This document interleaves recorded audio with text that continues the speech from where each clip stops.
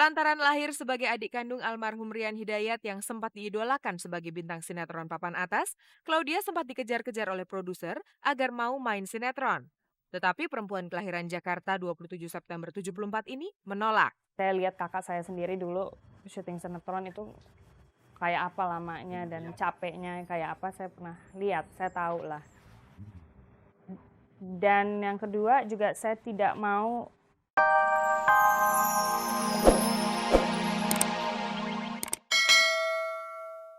kamu senang aja dengan sekolah kamu bisa naik kelas dengan angka yang cukup lumayan, kita sudah senang. Karena orang tua saya masih berprinsip bahwa anak yang terlalu dipaksakan nanti akan menimbulkan suatu efek yang tidak baik nantinya. Nah, saya yang SMP, SD, SMA-nya mungkin nggak terlalu, ya rata-rata masuk 7 lah udah bagus gitu loh. Itu ya, saya tidak, justru pada saat ini saya menemukan banyak sekali suatu kreativitas yang bisa saya gali gitu. Anak ketiga dari 4 bersaudara ini hingga SMA berada di Rumbai bersama orang tuanya yang bekerja di sebuah perusahaan minyak. Bahwa Jimmy hidup berkecukupan sejak kanak-kanak rasanya memang iya. Terus terang saya mengalami masa-masa kecil yang luar biasa enaknya. Ya mungkin karena kita tinggal di kompleks yang semuanya serba fasilitas, serba enak. Jadi pada saat saya dari kecil juga ya enak dalam arti kata ya bukan berlebihan. Karena kalau orang yang bekerja di perusahaan minyak itu seperti itu biasanya dikasih fasilitas semaksimal mungkin gitu loh. Karena memang semuanya ada fasilitas olahraga. Nah akhirnya saya tuh ya tukang olahraga jadinya, suka olahraga dari kecil, saya udah olahraga, udah ada semuanya. Jadi kalau saya bilang masa kecil saya cukup luar biasa ya. Terima kasih lagi kepada Tuhan dan orang tua saya menempatkan saya di masa kecil. Makanya saya juga suka prihatin melihat kondisi-kondisi remaja atau kondisi-kondisi sekolah yang ada di Indonesia. Sangat prihatin sekali gitu. Maksudnya, Jimmy menyaksikan banyak manusia yang tidak seberuntung dirinya. Bahwa bulan Oktober 98, Jimmy bersama Diani Tami, Cut Keke, dan beberapa artis lain mendirikan warung atau kafe, itu pastilah bukan karena terpaksa di awal krisis ekonomi Indonesia. Itu cuma latar belakang karena saat itu beramai-ramai artis membuka warung atau kafe. Kini warung yang mereka namakan selingkuh itu sudah tidak ada lagi. Jimmy memang tidak perlu penghasilan dari situ. Bayarannya sebagai artis jauh melampaui apapun yang ia peroleh dari tempat lain. Di rumahnya yang bagus ini banyak perabotan dari kayu antik yang dikoleksi Jimmy sejak belasan tahun yang lalu. Dulu saya maniak sekali mengumpulkan barang-barang seperti ini sampai istri saya marah-marah karena sampai tidak terkontrol. Ya alasan saya bahwa saya ingin membeli aja hasil budaya yang kita pernah buat dulu gitu loh. Sayang gitu loh kalau misalnya barang-barang itu dibawa ke luar negeri, karena saya pernah ketemu orang Prancis, dia mengatakan gini, nanti di atas tahun 2000 percaya deh orang Indonesia beli barang-barang antiknya sendiri di luar negeri. Karena banyaknya perabotan antik, Jimmy harus menyediakan gudang khusus untuk menyimpan sebagian barang-barangnya. Namun untunglah Dasi tidak memerlukan gudang, meskipun Jimmy mempunyai banyak sekali. Dasi aja saya punya sekitar mungkin 80-an. Iya, 80-an dasi lagi. Iya, yang terakhir ini ya, maksudnya yang sering saya gunakan itu sekitar 80-an. Dasi ada 80-an buah. Kalau baju berapa banyak? Kalau seperti baju saya punya 25 lah.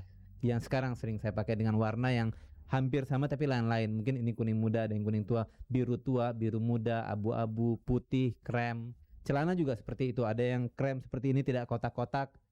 Ada yang harus kotak-kotak, ada yang warna hitam, ada yang biru tua, biru muda. Jeremy Thomas sungguh manusia beruntung, dan itu diperolehnya sejak kecil seperti yang dikatakannya tadi. Di usia dewasa, mendapatkan Ina yang sekarang menjadi istrinya adalah sebuah keberuntungan yang lain. Mereka bertemu di lokasi syuting. Kebetulan kita sama-sama bintang iklan dalam suatu produk ya, ketemu, ngobrol berapa bulan, 6 bulan kemudian ketemu lagi baru jadian. Proses pacarannya lama, Mas? Pacarannya lama ya, 2 tahun. Lihatlah mata Ina yang bening. Tahun 93, Jimmy juga tertarik pada mata ini. Ya, zaman dulu kan ngeliat yang bening-bening gini kan. Ya, ya kan ya. banget. Iya kan. Kan ngeliatin yang wah boleh nih gitu. Biasalah zaman-zaman dulu atau masih muda. Saya rasa wajar kalau ketertarikan itu awalnya dari mata. Karena kalau orang bilang wah nggak, saya nggak, ya bullshit aja, masa nggak kenal orang nggak dari mata gitu kan, nggak ada yang ngeraba-ngeraba perasaan orang gitu saya rasa. Setelah itu kita bukan cinta lokasi, enggak. Setelah itu kita nggak tahu kemana dia kemana gitu kan. Terus dulu dia masih pacaran sama model juga orang Filipin gitu modelnya gitu. Tapi aku juga nggak kepikiran bakalan pacaran sama dia gitu, karena ketertarikan waktu pas ketemu itu tuh cuman sebatas ngomong biasa aja gitu. Terus lama kelamaan dia kekeh pokoknya pengen ketemu gitu kan. Akhirnya perjuangannya sih lumayan boleh juga. Jimmy yang hari itu berwajah klimis. Tapi pada hari lainnya kami menjumpai rambut di wajahnya belum sempat dicukur. Kalau saya nggak syuting saya lebih senang seperti ini. Ya natural aja. Kalau saya lagi syuting kan saya harus cukur, sakit kan, pedih. Kalau gini kan enak santai. Tuntutan skenario ya memang harus tampil bersih. Kalau ini kan nggak. Saya menjadi diri sendiri, be myself. Tapi yang kasihan Ina kalau Jimmy tidak mencukur rambut di wajahnya. Kalau pas lagi ciuman nggak suka, sakit katanya. Kini mereka dikaruniai seorang putra dan putri. Nggak ingin nambah lagi.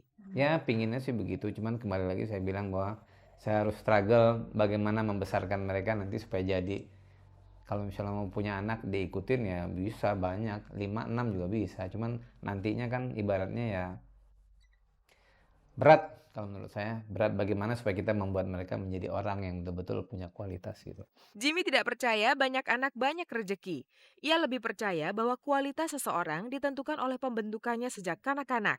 Dan itu yang dilakukannya pada 2 anaknya sekarang. Jimmy yang telah memiliki segalanya, apakah ia akan seperti ini kalau dulu ia tidak bertemu dengan sutradara Pitra Jaya Burnama? Sesuai dengan yang saya kuliah, saya ambil sekolahnya di marketing, ya mungkin ya profesionalnya jadi bekerja sebagai seorang profesional, mungkin sebagai marketing. Tapi ya kembali lagi saya bilang ya ilmu itu ada gunanya, tapi terapannya ya sekarang mungkin bagaimana saya berusaha memarketingkan diri saya, contohnya ikut ini gitu. Itulah kesadaran Jimmy untuk sebanyak mungkin menampilkan dirinya kepada masyarakat.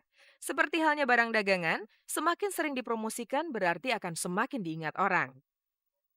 Demikian pula seorang artis. Semakin sering dirinya diberitakan, semakin masyarakat tidak akan mudah melupakannya. Produser atau sutradara pun akan memburunya untuk main sinetron karena si artis mempunyai popularitas yang tinggi. Itulah Jeremy Thomas sekarang.